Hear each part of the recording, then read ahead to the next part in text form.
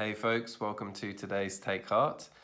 I've got a great verse for us to look at together today, and it's 1 Peter chapter 5, verse 7. Cast all your anxiety on him because he cares for you. I just thought it might be helpful to go through that maybe just one word at a time. Anxiety, first of all. What Peter's talking about there is he's talking about the stresses, the strains, the burdens, the pressures, those things that rob us of our peace, those things that keep us up at night, those things that eat away at us and they destroy our kind of joy, all of that stuff. Do you have any of that right now? No, me neither. Anxiety. And then it says, cast all your anxiety, the word all. So that means the big things and the small things. It means the mountains and the molehills. I can have a tendency to think that, the only stuff I should be giving to God is the really massive stuff where it's incredibly obvious that there's nothing I can do about it. But all the things where it's within my ability to affect, maybe those are the anxieties that I just need to keep to myself and just get on with it. But it's those things that so often grind us down and wear us out. There's that little saying about how it's not the mountain ahead that's going to weigh you down, it's the stone in your shoe. It's the, paying the bill at the end of the month. It's the email you've got to reply to. It's what's happening to my kid when they start at school. It's the difficult conversation with the boss at work. It's those everyday things that often just really kind of like, if I can use this horrible image, like a cheese grater on the soul, just kind of like, grind you down. And we're told here that we're to cast all of our anxieties, the big and the small, onto him. The next little bit, onto him.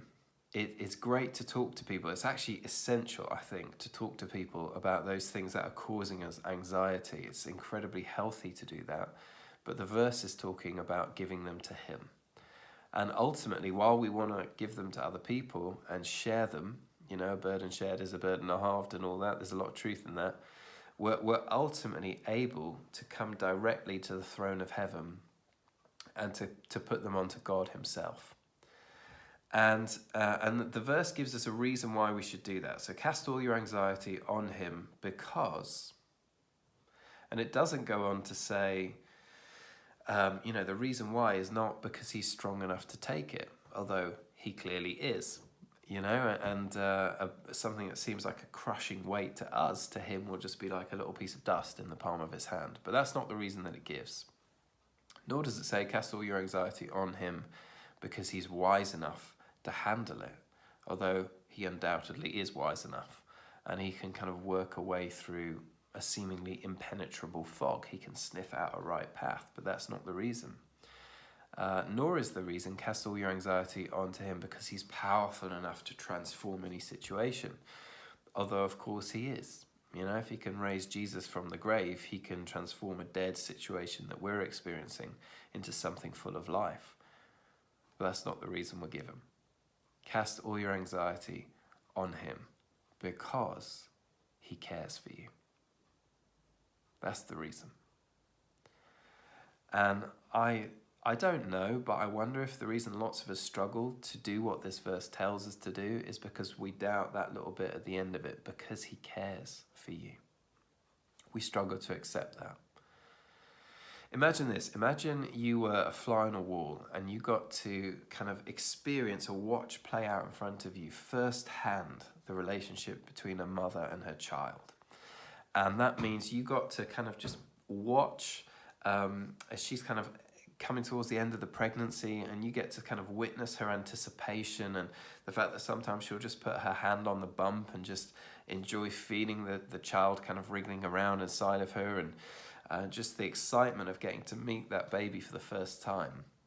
And then imagine you got to be there during the labor and you saw kind of all the pain of it and all the mess of it, but also, you witnessed that moment of joy when the baby came out. Let's say it's a little boy and she got the boy in her arms and you see the expression on her face and just the elation that she experiences in that moment.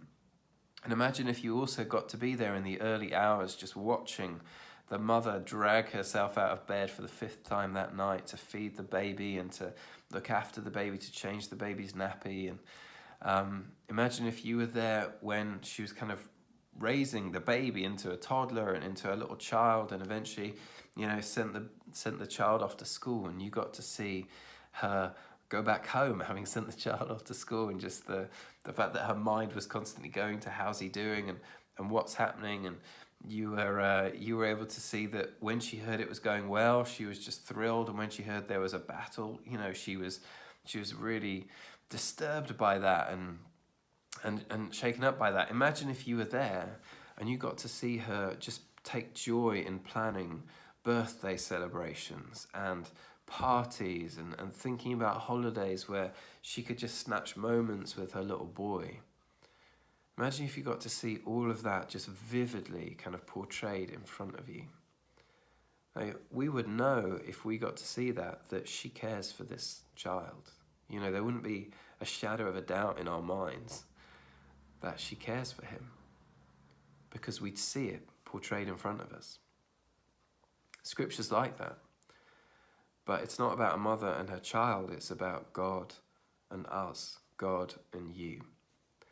And what it shows us is that he knew us before we were even conceived. It's staggering truth, but we're told in Ephesians that he chose us before the world was made. We see that, in Job, God talks about being present at the birth of mountain goats and deer, and how he sort of he's the only one there, and he counts the months of the pregnancy until the kind of little animal is born. How much more so was he present at your birth and my birth? How much more so when it's us who are made in his image? We're told elsewhere in Scripture that he knows every hair on our heads is numbered, that he knows every word on our tongue before we even say it. We're told that he called us by name.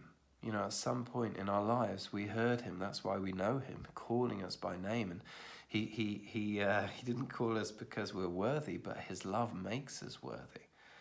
And our names now are written on the palm of his hand for eternity. In this world, there is nowhere we can go where we can be out of his presence. Even if we hide ourselves in the darkest pit, there's nowhere we can go, because even darkness is as light to him. We're told that he's adopted us, and that he has bound us to him and himself to us in this everlasting, binding agreement that will never be broken, that we're together now for always and forever. Even as he knows our name, we're told a name that we're to call him. It's the name Father, Abba, Daddy. And on top of all of that, we can consider the cross and meditate on the sacrifice that God the Father and God the Son went through, that we might become part of the family. He cares for you. And what that means is you can trust him with your soul, and you can trust him with your body, and you can trust him with your future, and you can trust him with your past, and you can trust him with all your anxiety. And I just want to finish just with the word that the verse starts with: cast all your care onto him because he cares for you. The word cast there, it's not this kind of laying of a burden down type word. It's a more energetic word than that. It's a choice that requires effort. It's a decision of the will. And I think sometimes it's quite hard to cast our care onto God, but do you know what's a lot harder? Carrying it all yourself. That, you know what? It does require effort to give it to God, but it's a lot less effort than carrying it all. And I kind of think of it like the best football teams, the ones that have got this ability to play, quote unquote, the beautiful game, where it's all about passing. Someone passes a ball and they barely touch it, and they pass it on to the next player, and they pass it on to the next player. And what happens in life is all these cares come our way every single day. Sometimes other people give us their cares, and that's fine. We're meant to carry one another's burdens. But the idea for us as Jesus' people is the moment a care comes our way, we pass it on to him. We pass it on to him. We cast it back to him. And we roll it back onto God. And what we'll find as we choose to do that consciously and develop habits where we can do that. I tend to do it as I'm walking home from work these days. I'll just try and give it all back to him. Then what we find is We know intimacy with him, and we have friendship with him, and we live in a sense free of care. Not that we're not burdened with those things that God cares about, but anxiety and things that destroy us, we give to the one who loves us completely. Cast your cares onto him because he cares for you.